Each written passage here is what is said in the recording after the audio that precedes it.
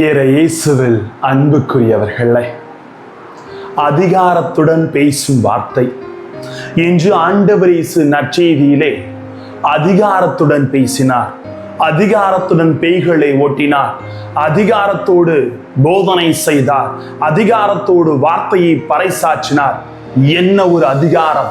நீர் எங்களை ஒழித்து விடவா வந்தீர் என்று தீய ஆவிகள் பயந்து ஓடியது. இதை கண்டு மக்கள் ஆச்சரியப்பட்டார்.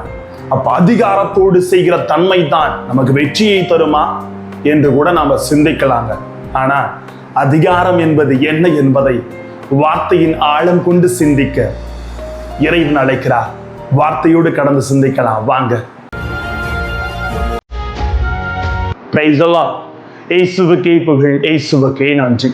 இறைவனின் அருட்கரம் அருளாசிரும் உங்களோடும் உங்கள் குடும்பத்தோடும் நிறைவாக தங்கிட உங்களை நான் வாழ்த்துகிறேன். அன்பிற்குரியவர்களே, ஆண்டவர் இயேசு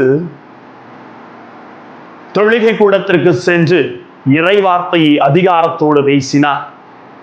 அந்த வார்த்தைகளை கேட்டதும், எங்களை ஒழித்து விடவா வந்தீர், நீர் யார் என எங்களுக்கு தெரியும், நீ இறைவனுக்கு அர்ப்பணமானவர் என்று தீயாவிகள் பேசிய பொழுது வாயை மூடு, இந்த மனிதரை விட்டு வெளியே சென்று அதிகாரத்தோடு ஆண்டவர் பேசுகிறார். இதன் அர்த்தம் தான் என்ன அப்படின்னு பார்க்கிற பொழுது, இன்றைய உலகிலே நாம பிறரை அதிகாரத்தோடு உற்று நோக்க நினைக்கிறோம், பிறரை அடக்கி ஆள முற்படுகிறோம். எனக்கு இருக்கிற பதவியை வைத்து, எனக்கு இருக்கிற ஆளுமையின் தன்மை வைத்து ஒரு மனிதனை நான் கீழே தான் வைக்க வேண்டும் என்று அதிகார போதையிலே அதிகார வர்க்கத்தினர் பேசிக் கொண்டிருக்கிற ஒரு மடமையான உலகம் என்று கூட நான் நினைக்கின்றேன். ஆனால் அதிகாரத்தின் ஆழமான தன்மை வரலாற்று உண்மையிலிருந்து உங்களோடு பகிர்ந்து கொள்ள விரும்புகிறேன். அமெரிக்காவின் 16வது ஜனாதிபதியாக ஆபிரகாம் லிங்கன் தேர்ந்தெடுக்கப்படுகிறார். மிகவும் அதிகாரத்தோடு அற்புதமான ஆட்சி செய்கிற அவரது வல்லமை கண்டு மக்கள் வியப்பில் ஆழ்ந்து கொண்டிருந்த காலகட்டத்திலே ஒயிட் ஹவுஸ் வெள்ளை மாளிகைக்கு வெளியிலே ஒரு ஏழை மனிதர் கதவுகள் அருகில் வந்து நின்று கொண்டிருந்தாராம். அங்கிருந்த காவலாளி, இதற்கு உள்ளே செல்ல உமக்கு அனுமதி இல்லை, நீ ஒரு ஏழை என்று அந்த மனிதனை தூக்கி துரத்தி அடிக்கிறார். இதை கேள்விப்பட்டு வெளியில் ஓடி வருகிறார் ஆபிரகாம் லிங்கன். அதிகாரம் என்பது அடக்கியாளவும் ஆளுமைத்தன்மையில் உயர்ந்து நிற்கவும் இந்த அதிகாரத்தில் நான் அமரவில்லை. கீழே இருக்கிறவர்களை உயர்த்தி காண்பித்து அவர்களின் வாழ்க்கையின் மேம்பாட்டை நான் அன்பின் வழியில் வாழ வைக்கவும், வாழ்க்கையை முழுமையாக அவர்கள் கடந்து வாழ உறுதுணையாக இருக்கவே இந்த அதிகாரத்தில் நான் அமர்த்தப்பட்டிருக்கிறேன் என்று சொல்லி, ஒருபோதும் யாரையும் மேல் நோக்கி பார்க்காதே, அவங்களுடைய தகுதியை வைத்து எடை போடாதே, அவர்களை உயர்த்தும் தன்மையில் தான் அதிகாரம் அடங்கி இருக்கிறது என்று அவரது வரலாற்று உண்மையில் ஒரு சில கருத்துகள் சொல்லப்படுகிறது. அப்ப ஆண்டவர் இயேசு இன்று அதிகாரத்தோடு செய்த நோக்கம் என்ன?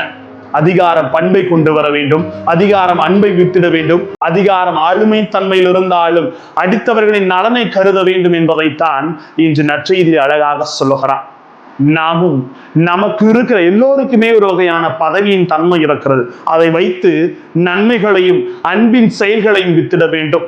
அந்த மனிதனின் தேவை அறிந்து அதிகாரத்தோடு அந்த தீய ஆவியை ஆண்டவர் விரட்டுவது போல நாமும் நம்மில் இருக்கிற ஒரு சில செயல்களை வைத்து அதை நன்மை பயக்கும் பாதைக்கே செல்ல வேண்டும் என்பதைத்தான் ஆண்டவர் என்று நமக்கு கற்றுத்தருகிறார்.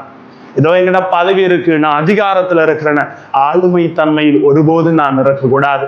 கணவன் என்ற அதிகாரம் எனக்கு இருக்கிறது, மனைவி என்ற அதிகாரம் எனக்கு இருக்கிறது, பிள்ளை என்ற அதிகாரம் எனக்கு இருக்கிறது என்று இன்று எத்தனையோ குடும்பங்கள் சிந்தித்துக் கொண்டிருக்கிறோம். இதில் எல்லாம் வாழ்வின் அர்த்தங்கள் இல்லை. அதிகாரம் என்பது அன்பை கொணரவும் அற்புதமான வாழ்க்கையை கடந்து வாழ்வதற்கு உறுதுணையாக மட்டுமே இருக்க வேண்டும் என்பதைத்தான் ஆண்டவரின் வார்த்தை நமக்கு சொல்லி தருகிறது. எனவே நம்மில் நமக்காக கொடுக்கப்பட்ட ஒவ்வொரு செயல்களை வைத்து நன்மைகளை வித்திடுவோம். ஆண்டவர் இயேசுவின் செயல் அற்புதத்தை கொண்டது போல உங்களுக்குள் இருக்கிற பதவியாக இருந்தாலும் பட்டங்களாக இருந்தாலும் எந்த ஒரு செயல்களாக இருந்தாலும் அதை வைத்து நன்மைகளை செய்து அன்பின் குடும்பங்களாக வாழ முற்படுவோமா? ஜெபிப்போம். அன்பு இறைவா, எங்கள் வாழ்க்கை நீர் கொடுத்த ஒவ்வொரு அதிகாரங்களை வைத்து ஆளுமையின் வர்க்கங்களாக நாங்கள் வாழ்ந்து விடாமல் நன்மைகளை வித்திட்டு பிறர் தேவைகளை அறிந்து வாழ எங்களோடு தங்கும் ஆண்டவரை. Praise the Lord.